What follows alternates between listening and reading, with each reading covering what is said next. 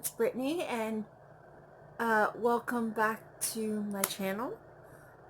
Um, I do videos about books and autism here on this channel, so if that sounds like something you'd be interested in, maybe consider hitting that subscribe button. It really helps me out quite a bit, and I really appreciate it. Okay, so today I am coming to you with a video. I'd like to talk a little bit about, well, actually a couple of things. First off, I want to talk about how I avoid cracking the spine of my books. I know this is something that a lot of people struggle with, and I just kind of want to share with you my tip. This is what works for me to avoid cracking the spine of my book.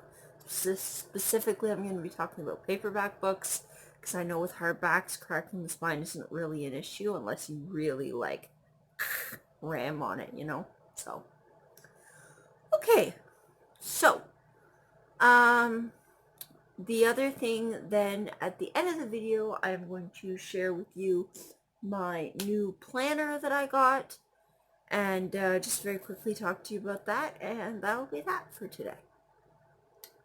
I'm sorry if I seem a little bit out of it. My grandfather passed away very recently, just the night before last, so I'm sorry if I seem a little out of it, but it's a bit of a crazy time here, so I'm very happy to be filming. This is a bit of an escape for me, so it's perfect.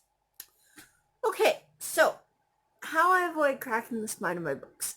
So as you can see here, so this is my copy of Caraval that I got. So if you guys saw the Chapters vlog where my husband took me for a date day to Chapters bookstore for my birthday, we have decided to do that monthly. Once a month, just as a date day out for us. We both love fantasy books. That's basically all we read. And Chapters has an incredible fantasy section. It's huge. I love it.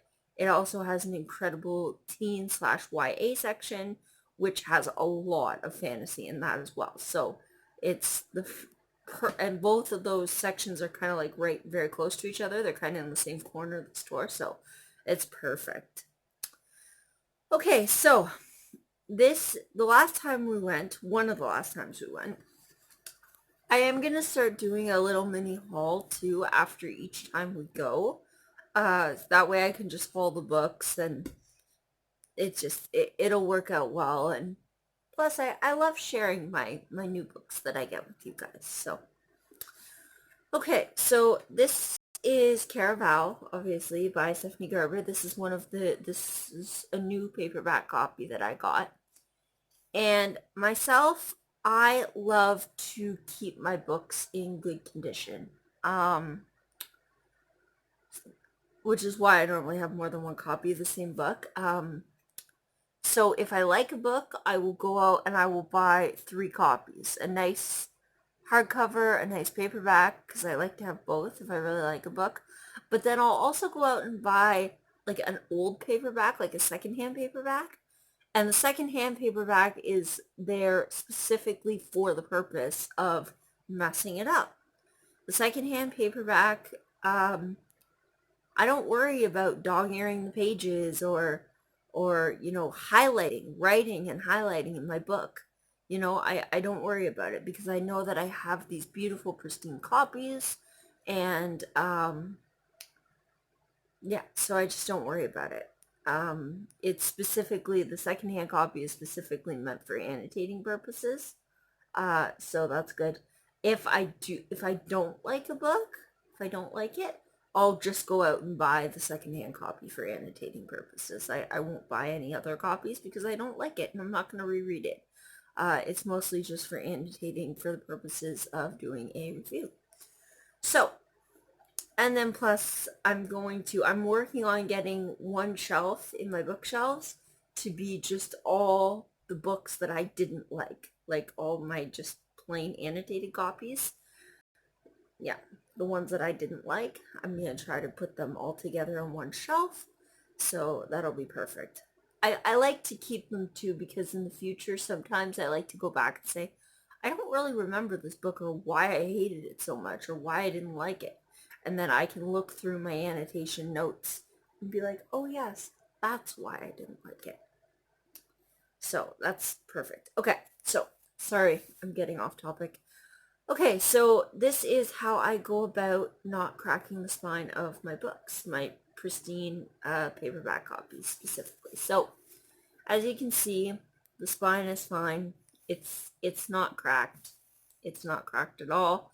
And part of the reason is because when I read a book, I don't even have to try to not crack the spine. I just naturally don't. I just naturally don't crack it. It's not very easy for me to crack a spine. If I'm holding a book, okay, and the book is open, like so, right? Like so. This is more than wide enough for me to be able to read. I don't have a problem reading like this. If I need to open it a little bit wider, I'll go like so. And I'll open it a little bit wider. But generally when I'm reading, okay, I have my book like so, okay, and I can open it, I open it with both hands and when I'm reading. If I'm holding it with one hand, I'll put two fingers on the back of the spine here. See, so you can see the spine is curved in a little bit, but it's not cracked. And spines are going to curve. That's just part of when you open a book to read it. That's just part of what happens. But so I put two fingers on the back of the spine, which I don't really know what that does. This is just naturally how I hold the book. And then I hold it open with my thumb, like so. And then that way I have my other hand free to either, use a bookmark to guide me down the page if I need, or have a drink, or whatever, what have you. Same thing if I hold the book in my other hand, my two fingers on the back, like so, and then my thumb in the middle, holding the book open. And it just naturally doesn't crack. If you hold the book, okay, if I'm holding the book like this, okay, and I'm allowing pages to drop open, right, if you kind of wiggle the book, you can see when you open a book, there's a point of resistance. There's a point of resistance. When you open a book and you pull it back to be wide open, okay, and you pull it, and you pull it, and you pull it, and you pull it, you get to a point where there's a point of resistance. There's a point where the book starts to say, no thank you, I don't want to open anymore.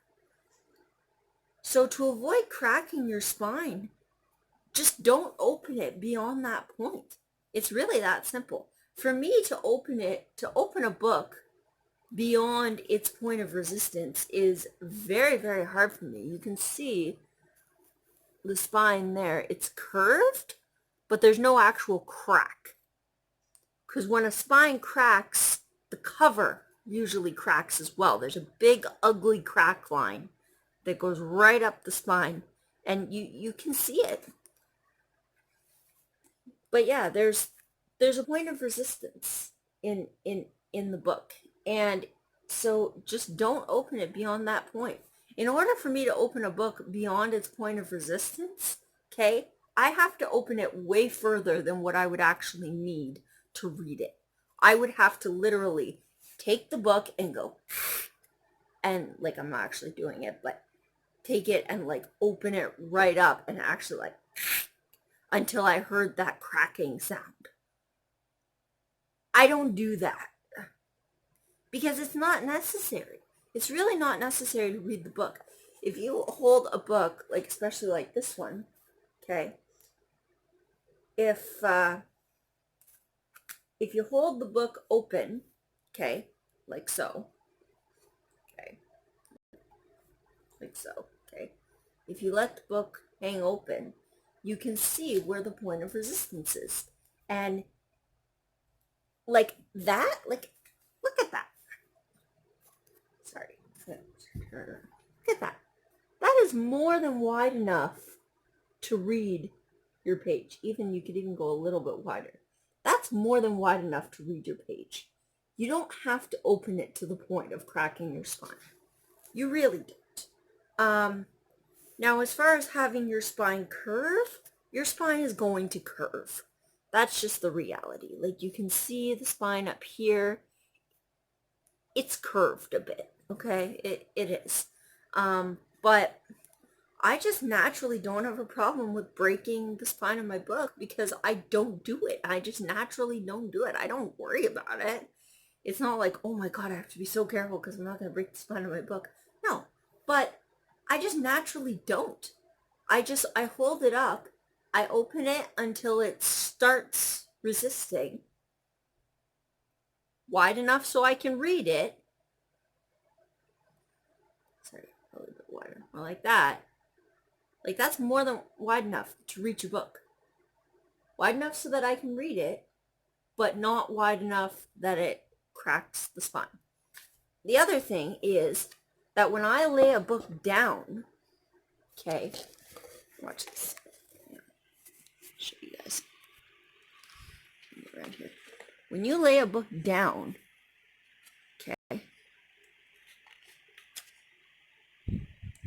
okay, like, this one naturally stays open, okay? But again, the spine is in good condition. It's not cracked. But I never leave my books open anyway. I just don't. I don't leave my books open. So, yeah. So that's pretty much how I go about not cracking the spine of my books. I have another example here. Another example, a better example for what I was trying to iterate would be my copy of An Ember in the Ashes. You can see, again, the spine is very pristine, it's very clean, it's very clear.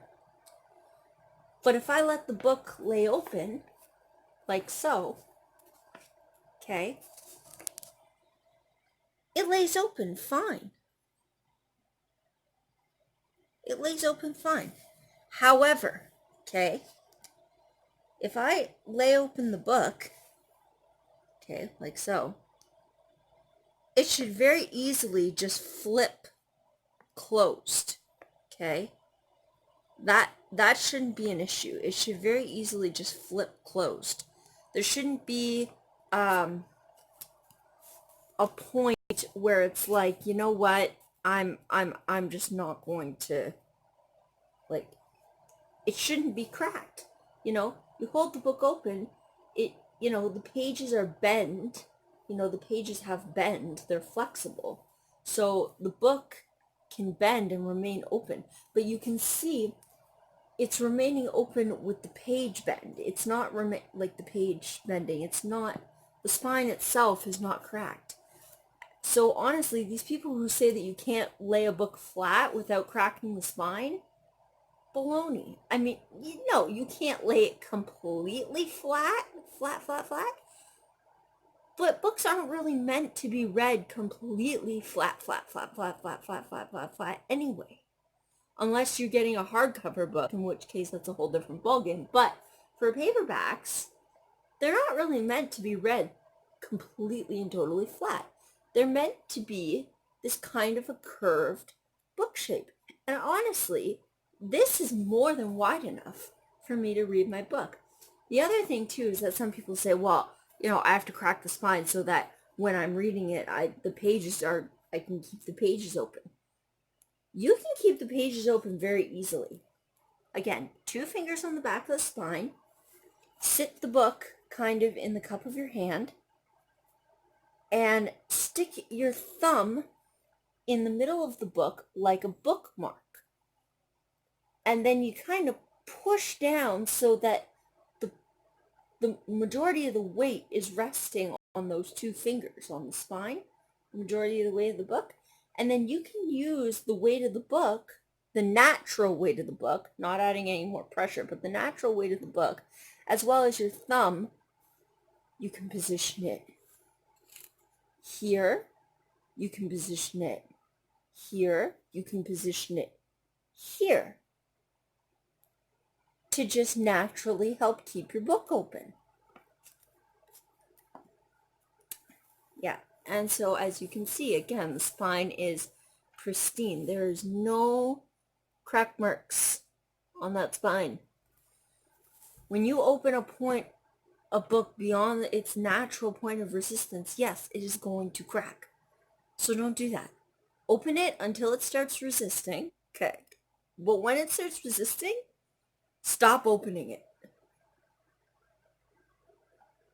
Just stop. Stop. Do not open it any further. It's really that simple to avoid cracking the spine of your book. And honestly, when a book starts resisting, you're at a point there where it's open more than wide enough for you to be able to read. Like, that's more than wide enough to be able to read a book. You know? You only read one page at a time. So, simple. Open it so that this page is wider first. Read your page. Then you open it so that this page is wider. Read your page. And then you flip to the next page, and so on and so forth. But I just naturally don't crack the spines of my books, not because I'm actively trying not to, but simply because it just doesn't happen. So when I read, so that's a good thing. Okay, so that's it for that. I'm pretty sure you guys get the idea for not cracking the spine of your books. The next thing I want to show you, so my husband and I have both started using a planner, a daily planner. We ordered ours from Amazon. His is coming in on Friday. He picked out his and I picked out mine. So his coming in on Friday. So his is laid out differently than mine as well because he has different needs and requirements, especially in terms of his therapy that he's doing and that. So, but this is mine. This is the 17-month, sorry, it's got the elastic closure, 17-month do-it-all planner, okay, by Orange Circle Studio Calendars for Today. I love this print. Like, I love that sort of painted, artistic, abstract print. I absolutely love that for my planner. It's beautiful. So, I love this planner for a number of reasons. First of all, it has a pocket, which is awesome in a planner for a number of reasons, but that's a different video. But I love the fact that it has a pocket. I use it for keeping stickers or, you know, whatever. I don't have anything right here right now because, or a little ruler. I don't have anything in here right now because I just got this planner. So then we have our 2020 Do-It-All planner. It goes from August of 2019, which is obviously past, to all the way up to the end of 2020. So this is perfect. I can just kind of skip the August bit and start planning. So then we've got our, this planner belongs to, in case of emergency, please contact. Then, which is very great for me as an autistic person, I can put my emergency contact in there. Then it has this kind of, sorry if you can't really see it very well, it's got this kind of, this year layout. And I'm going to show you the rest, but I'm going to turn the camera around because it's actually easier to show you the rest if I turn the camera around. So I'll be right back. Talk amongst yourselves.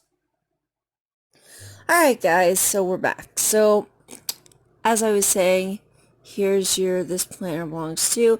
I haven't filled anything out yet because I just got this. In case of emergency, please contact, your name and phone number. Then you have your yearly 2019-2020 calendar. It has a place for special dates. And then you have your 2020 holidays, and then you have your monthly spread with a place down here that you can write if you have something else you want to write below. Maybe, I don't know, if you want to color code this calendar, you can write what each color means below. So you can see January, February, March, April, May, June, and then it goes all the way through, all the way up to December 2020. And then after all those monthly spreads, then we get into our weekly spreads. So again, it starts August 4th, but you have your weekly sort of Monday, Tuesday, Wednesday, Thursday, Friday, Saturday, Sunday, where you can plan then for the week, which is great. You can write in each day what you're doing. And then closer to the back here, I gotta finish flipping through this. I think...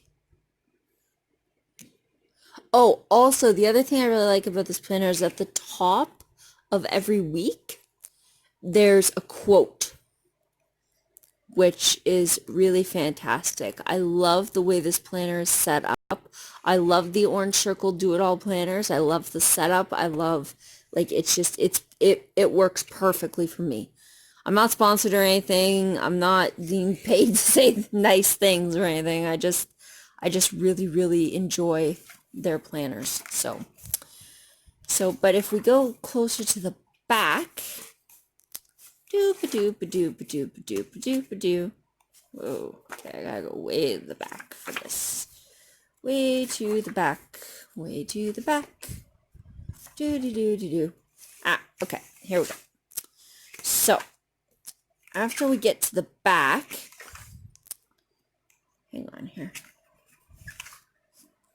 So when we get to the back, okay, so December, okay. So then when we get to the very back, okay, so here we go. So we have our last week of December to January 3rd of 2020, and then we have the calendar, the year calendar for 2021. Then we have a place for contacts. Now, I want to state that in here, okay, in between the contacts and the 2021 calendar, there was a page that said 2020 goals, and it just had a checklist format. It was just a blank page with a checklist format, and it said 2020 goals at the top. On the back of that page and the front of the next page, there was a budget tracker, okay? Now, I used to use a budget tracker, but the problem with the budget tracker in this planner is that it just had so many sections that did not apply to me at this point in my life. So rather than just putting not applicable, not applicable, not applicable, not applicable, not applicable, like, and just using the, like, 6 or 7 sections that actually are applicable to me at this point in my life. Well, actually, sorry, not 6 or, it's probably more than 6 or 7, but the point is that there were quite a bit that was not applicable to me. So rather than using that, I just tore those 2 pages out and I burned them. We have a wood stove downstairs, so I just threw them in for burn. Burnable material, so wood stove and a fireplace, so I just threw them in for burn. I'm not going to keep pages in here that I'm not going to use. On the back, it did have, on the back of the second budget tracker sheet was the first sheet that said contacts. which that was unfortunate for me to have to get rid of that because the contact sheets I do use quite a bit, but there's plenty of contact sheets. See? And then there's more contacts, contacts, contacts, contacts, contacts, contacts. And then we get into notes. There's a section, blank section at the back for notes, which is really great for me because I like to use these sections for keeping track of the books that I'm reading and kind of video ideas. If I need to write down things for video ideas, this is the perfect thing, especially because when you're out and about, you never know when you're going to need just a bit of spare paper and a pen. So having this note section is really great for that. If I need to tear out a piece of paper for something, or if I need to just write something down and keep it in my planner, I can do that. So then after that, we have one of the most useful features of this planner, which I absolutely love, are these little shopping lists. And they're so cute. And they're tear off. If you look close, there's this there. And then there as well.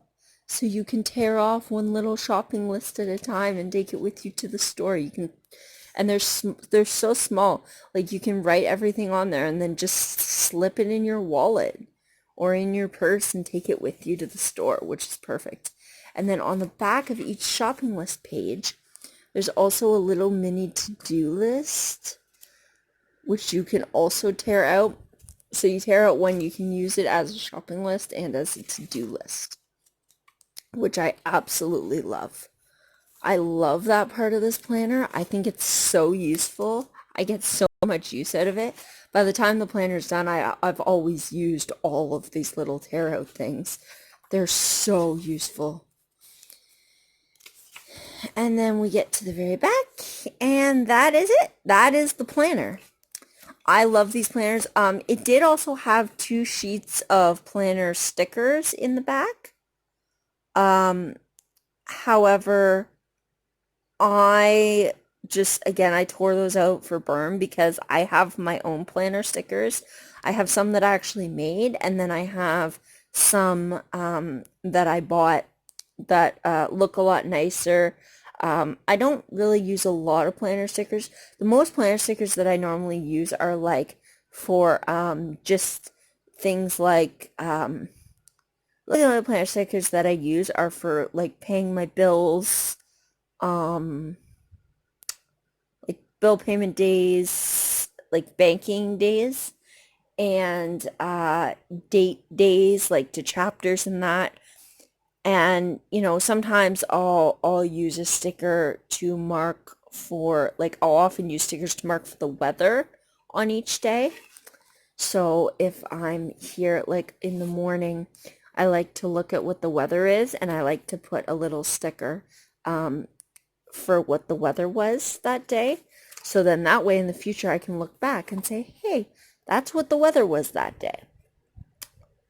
So yeah, so it's a fantastic little planner. I love it. I know it's going to serve me really well. I'm going to start using it on Friday when my hubby's planner comes in, because we're going to plan together every day. So it's going to be great. Okay, let me just turn the camera back around here. Hang on. Alright everybody, I hope that you enjoyed this video. If you did, give it a big thumbs up. Don't forget to hit that subscribe button down below, and I will see you all next time. Alright guys, bye!